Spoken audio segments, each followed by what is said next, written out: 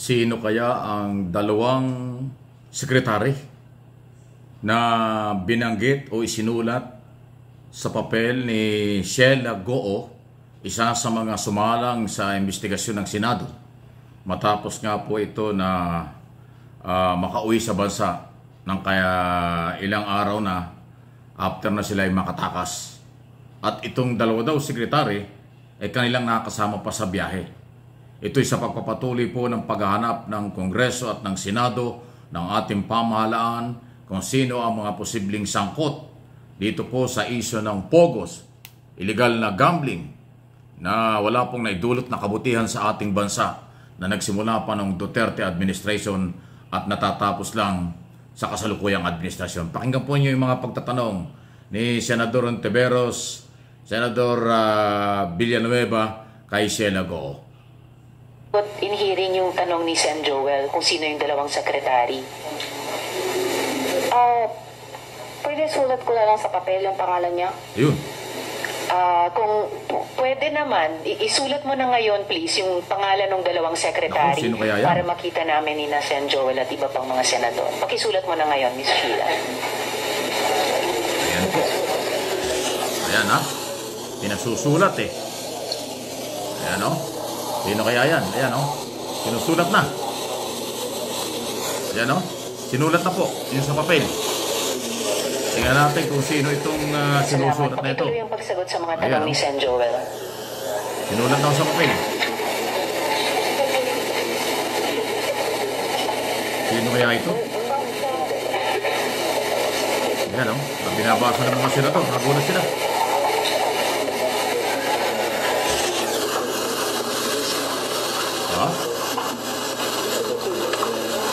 Nagulat ito mga senador, si Gatchalian, Ontiveros at Villanueva.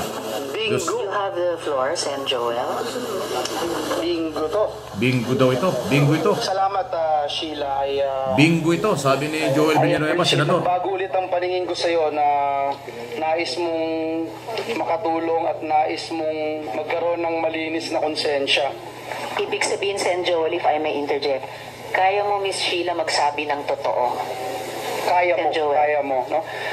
Other than these two, Secretary Sheila, may ilang ka pang kasama na hindi mo pa nabanggit sa committee na ito na paglabas nyo ng bansa, nakasabay ninyo sa aeroplano, kasabay ninyo umalis?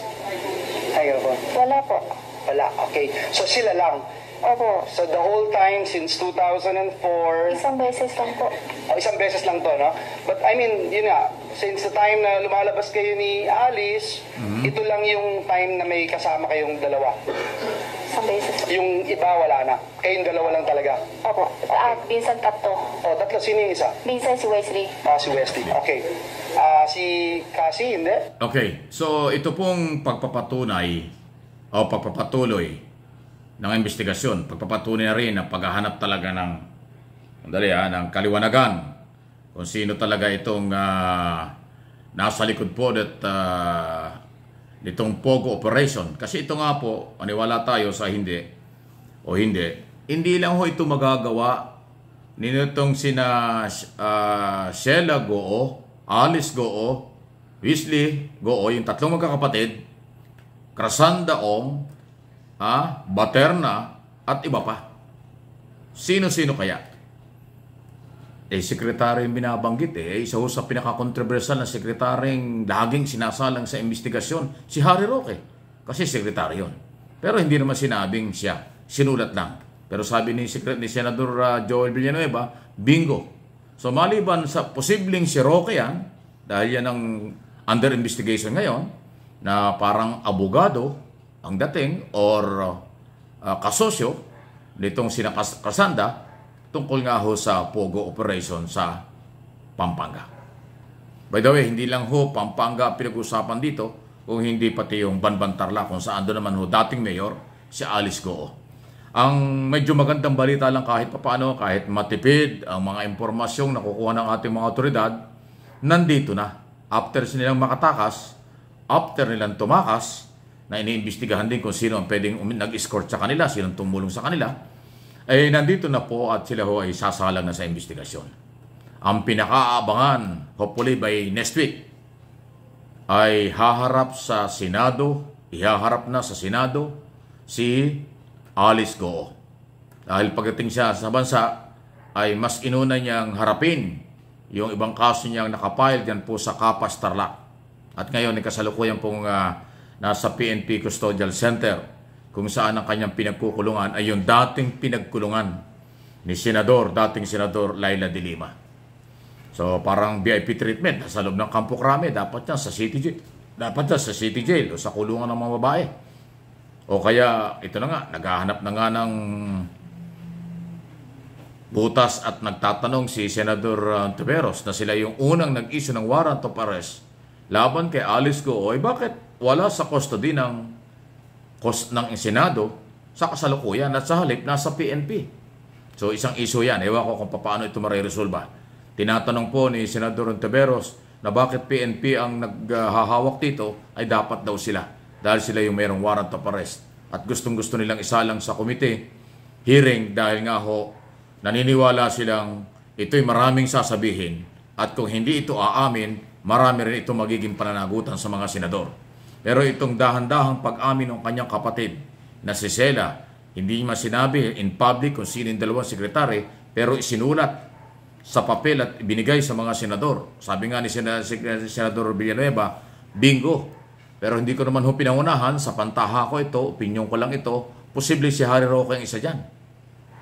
Kasi yung Harry Roque nga, ang talaga hong kahit anong paliwanag, na-contempt na nga siya, kitang-kita na malaki ang kinalaman sa Pogo operation noong nakaraang administrasyon, Duterte administration, at saka nitong 2 taong nakalipas sa ilalim ng Marcos administration. So, sino kayo yung pangalawa? So, ayan, aabangan natin ito. Huwag natin pakawalan kasi po, bilyong business na illegal. Maraming buhay ang nawala dyan. Maraming na-torture. Libu-libong hektarya ng mga lupa sa Central Luzon ang nabenta at binili ng Chinese national na posibleng gusto nilang talagang palawakin ang kanilang kontrol dito. Baka ispiya na nga ito ng China dahil ang China ay nanghihimasok na ho sa West Philippine Sea. So gustong-gusto talaga ng China makontrol, mapasok ang Pilipinas. Baka may kinalaman sila. So kung sino ang mga opisalis ng gobyerno pwedeng sangkot dito, sino ang pinaka-mastermind dito, magkaanong mahalagang pera talaga ang umikot sa ating bansa na hindi naman kumita ang gobyerno, dapat malaman. Hanggang saan level? Aabot ba ito sa pinakamataas na opisyal ng ating pamahalaan o nakaraang gobyerno? O hanggang cabinet level lang? Aabangan po natin ito. Huwag tayong magsasawa dahil tayo'y inabuso, sinamantala, tinakasan, binaliwala ng grupong ito. Kaya dapat managot sila. Please like ng aking mga video. Doon sa hindi pa nakakapag-subscribe, subscribe lang po dito sa MA Pinoy TV at doon sa isang channel ko, Mike Abe Opinions.